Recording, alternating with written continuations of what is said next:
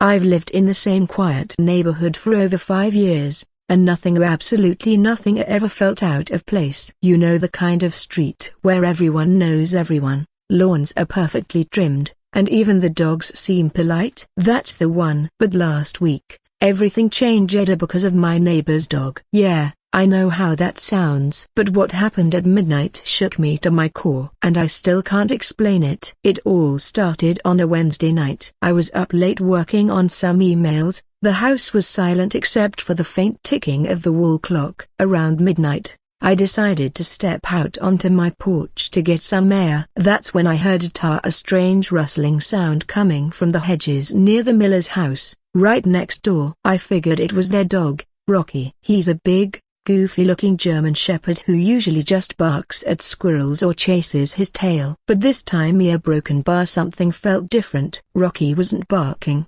He was growling, a low, steady growl that sounded nothing like his usual playful yaps. I leaned over the railing to get a better look, and that's when I saw him standing still, body tense, ears up, staring at something in the darkness. I followed his gaze, but couldn't see anything unusual. The streetlight flickered above us, casting strange shadows that danced across the pavement. It gave the whole scene an eerie feel, like something out of a suspense movie. Then, out of nowhere, Rocky took off toward the woods behind our houses. No leash, no hesitation, just bolted into the trees like he was chasing something only he could see. I called out to him, but he didn't stop. And here's where things get even weirder. Not even a minute later, Mr. Miller, Rocky's owner, came out in a panic. He looked more confused than scared, like he'd just woken up from a dream. He asked if I'd seen the dog. I told him what I saw, and his face went pale. Totally pale. He mumbled something under his breath, something like,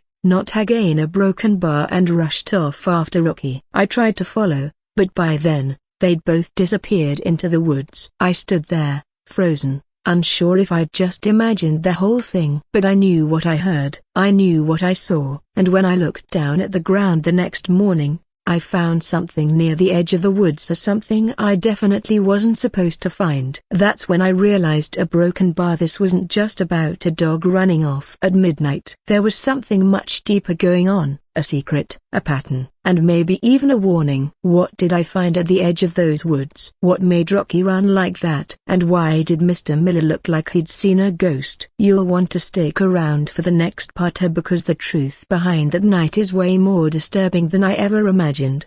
The next morning, I walked over to the edge of the woods, exactly where I last saw Rocky disappear. The grass was still damp from the night dew, and everything felt strangely quiet. Birds weren't chirping like they usually do in the early hours. It was like the whole area was holding its breath. I bent down near a patch of disturbed dirt, and there it was, a torn piece of red cloth. It looked like it had been ripped from a shirt, and it was tangled in a bit of bramble. I picked it up carefully. It didn't belong to Rocky, that's for sure. And I had never seen Mr. Miller wear anything like it either. As I turned it over in my hand, I noticed something else, faint traces of what looked like a broken bar or something darker. I won't lie, my stomach twisted a little. I put the cloth in a Ziploc bag and slipped it into my pocket. I had no idea what I was doing, but something told me not to ignore it. Something about this whole thing felt off, like Rocky didn't just chase something, he knew something was there. Later that day,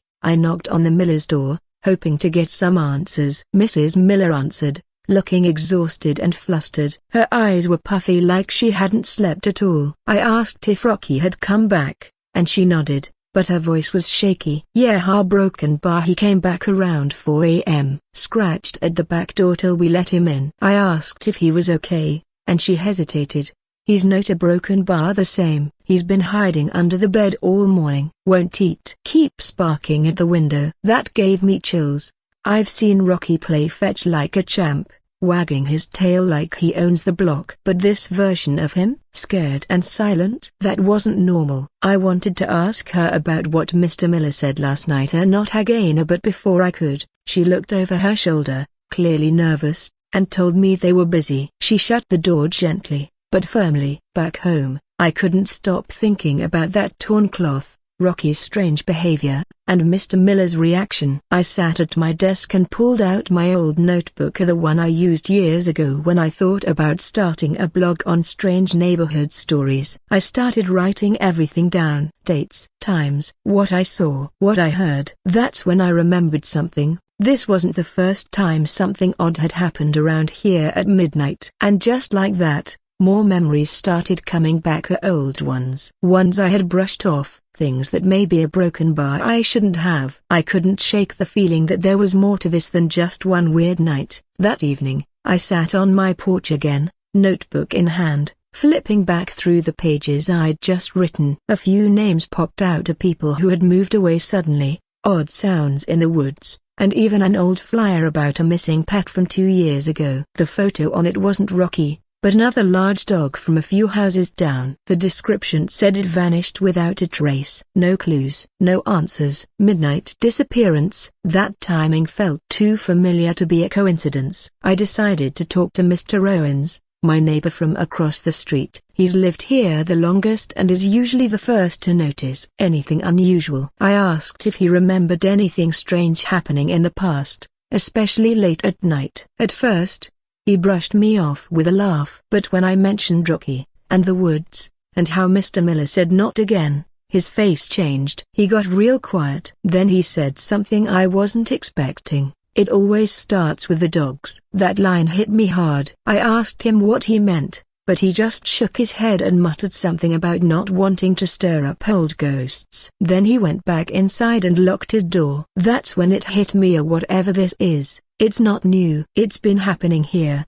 quietly, for years. And people knew. They just stopped talking about it. Meanwhile, Rocky's behavior kept getting stranger. He wouldn't go near the back door anymore, and at exactly midnight the next night, he started howling. Not barking, howling. A long, drawn-out cry that echoed down the whole street. And when I looked out my window, I saw something move in the woods again. Something tall. That night, I couldn't sleep. Rocky's howling wouldn't stop, and the more I listened, the more it sounded less like fear and more like a warning. Something was out there, and whatever it was getting closer. Around 12:45 a.m., I finally gave in to the curiosity, or maybe it was instinct, and grabbed my flashlight. I didn't tell anyone. I just slipped on my jacket, stepped outside, and followed the sound toward the woods. The neighborhood was eerily quiet. Not a single light on in any house. Even the crickets were silent. I walked slowly toward the tree line, every step crunching under dry leaves. Rocky's howling had stopped by then,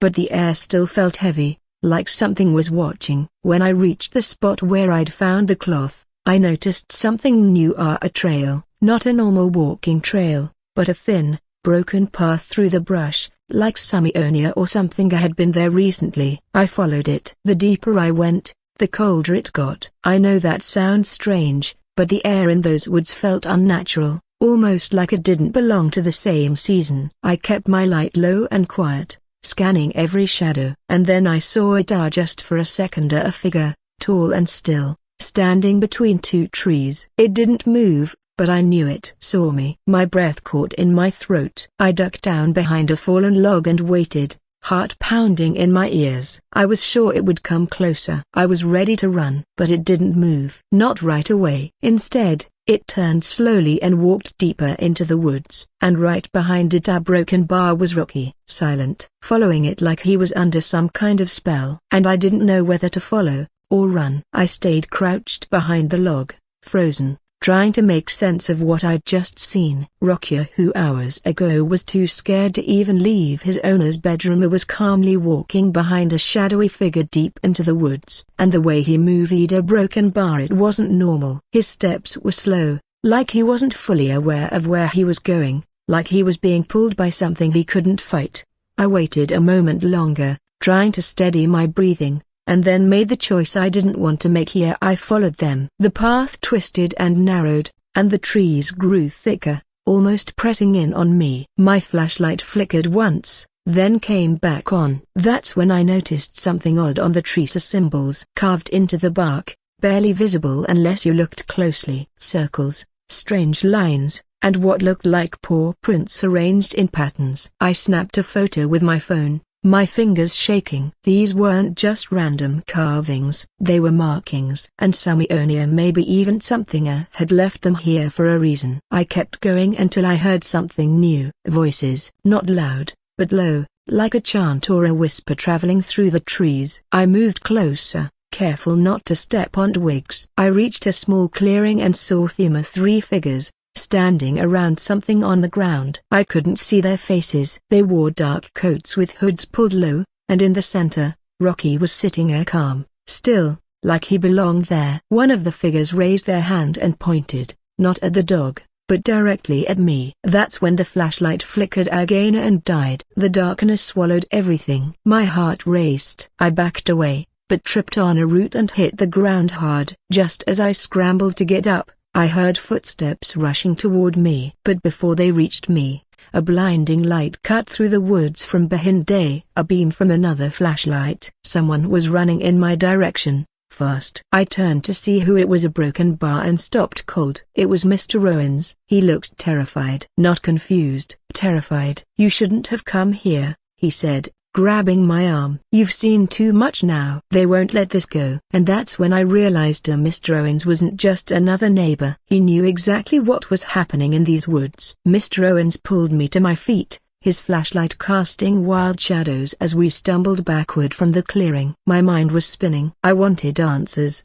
but the only thing he said was, "If they see us together, we're both done." We ducked behind the trees, and I turned to him, whispering, "What is this? What's happening with Rocky? Who are those people?" He didn't look at me right away. He just stared at the carvings on the trees, his jaw clenched tight. "It's older than this neighborhood," he finally said. "Older than the woods. Every 10 years, the dogs are broken bar they choose. One of them follows the path, and when that happens, the rest of us stay out of the way." The wind picked up, and I could hear the chanting again growing louder. Owens grabbed my arm. "Rocky's gone. If we try to take him, we risk waking it up. They don't stop it. They feed it." His words made no sense, but the fear in his eyes was real. I thought about Rocky, that goofy, loyal dog, just sitting there like he was part of something much darker. I couldn't just leave him. I stepped out from behind the trees, ignoring Owen's protest. I had one shot. I whistled aloud and sharp. Rocky's head turned. The chanting stopped. For a second, everything froze. Then, slowly, Rocky stood and took a step toward me. The hooded figures didn't move. I kept calling him. One more step, and another. He broke into the run and leapt into my arms like nothing had happened. That's when all the figures lowered their hoods and I gasped. One of them was Mrs. Miller. Her eyes met mine, and there was no fear, no apology, just a cold, quiet stare. "You weren't supposed to see this," she said calmly. Owens rushed up behind me and shoved something into my hand, an old photo. It was blurry, but I recognized Rocky. Only a broken bar. The date was wrong. It was from 30 years ago. Same dog, same eyes. Before I could say a word, Mrs. Miller spoke again. "He always finds his way back." Then, without another sound, they vanished into the woods. And Rocky, still pressed against me, was staring at the trees, her tail still, eyes locked on something only he could see. I didn't sleep that night. Rocky stayed by my side the entire time, calm but oddly alert, his eyes fixed on the window like he was waiting for something. I kept looking at the photo Owens had given me, turning it over in my hands. The date didn't lie. It really was from 30 years ago. Same collar, same eyes, same scar above the left paw. There was no way it could be a different dog. And yet, here he was alive, and lying quietly in my living room like none of it had ever happened. The next morning, Owens came by. He didn't stay long, just stood on my porch and said, "Some things don't need explaining, just remembering." He looked tired, older than I'd ever seen him. Then he walked away, leaving me with 100 unanswered questions and a dog that somehow didn't belong to just this time. Later that day, I tried asking the Millers about what happened, but they acted like nothing unusual had occurred. Mrs. Miller smiled politely, thanked me for bringing Rocky home, and said he must have gotten spooked by a raccoon or something. Her voice was calm, casual, like the whole thing was just a misunderstanding. But I saw it in her eyes. She remembered everything. She just chose not to speak about it. I posted the photo online, hoping someone might recognize the place or give me some kind of explanation. But the post vanished within an hour, taken down without warning. No message, no trace. That's when I knew this wasn't just a weird story. It was something that wasn't meant to be shared. A week passed. Things went back to normal, or at least they looked that way on the surface. But I noticed small changes. Rocky would stare at the woods each night, tail still, ears perked. And every night, right around midnight, he would sit by the door, waiting. Not barking, not whining. Just a broken bar waiting. Whatever happened in those woods, whatever he saw or followed, it never really left him. And maybe it never will. Some mysteries don't need solving to be real. Sometimes, they're just meant to remind us that not everything in a quiet neighborhood is as simple as it seems. Midnight mayhem doesn't always come with noise. Sometimes, it walks on silent paws, a broken bar, and stares back through the dark.